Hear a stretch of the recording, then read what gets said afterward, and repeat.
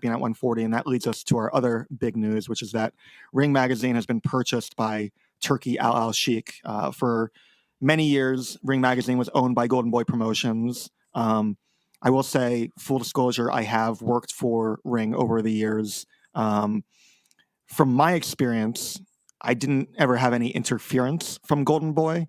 I was tearing into Canelo Alvarez in a column that I had back before Canelo had really begun to step up his level of opposition, and nobody changed my wording or got in the way of things. I can't speak for everybody else's experience, but I imagine that there was an editorial firewall. I'm concerned now, though, given the stories we hear about Turkey, whether there will be the ability to say everything that they need to say or to cover everything that they need to say within the confines of both the magazine as well as the website. There's two kinds of conflicts of interest. There's perceived and there's actual conflicts of interest. On the other hand, I'm very happy for the fact that the magazine is going to be back in print again. That's going to be available Is that on official? newsstand. It's going to be a physical copy. That's great news because I love getting my physical copy of boxing news, like whether I've got a plane journey or a train journey, and I love picking up that and physically reading that. I enjoy that so much more than just reading like articles on the website. So the fact that Ring Magazine will be back in print is great. Sorry, that just got me all excited.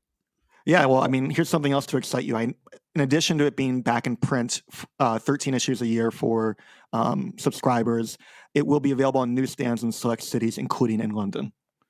Wow. Okay, that's great. That's really good. But yeah, so I'm happy for readers. I'm happy for our peers in this industry that they will have a job, given the fact that, especially in the U.S., there's not as many paying gigs for boxing writers out there. I'm happy for that, but when you have a promoter, somebody who is getting cozy with the sanctioning bodies, somebody who had attempted to purchase BoxRec, and is now owning a magazine, there are lots of things to be concerned about. So I think it's a wait and see approach, but that is definitely the big news coming out of the U.S. about boxing outside of what we've already talked about in this episode. Yeah, I know, and you're not the only person to air your concerns around that stuff. And I think it's going to be one of those scenarios. And I don't know if you use this phrase. Look, this is where we learn the lingo from each other, where you suck it and see, just to see if it's all right or not. It sounds really bad, that saying, doesn't it? But it is. It's going to be one of those.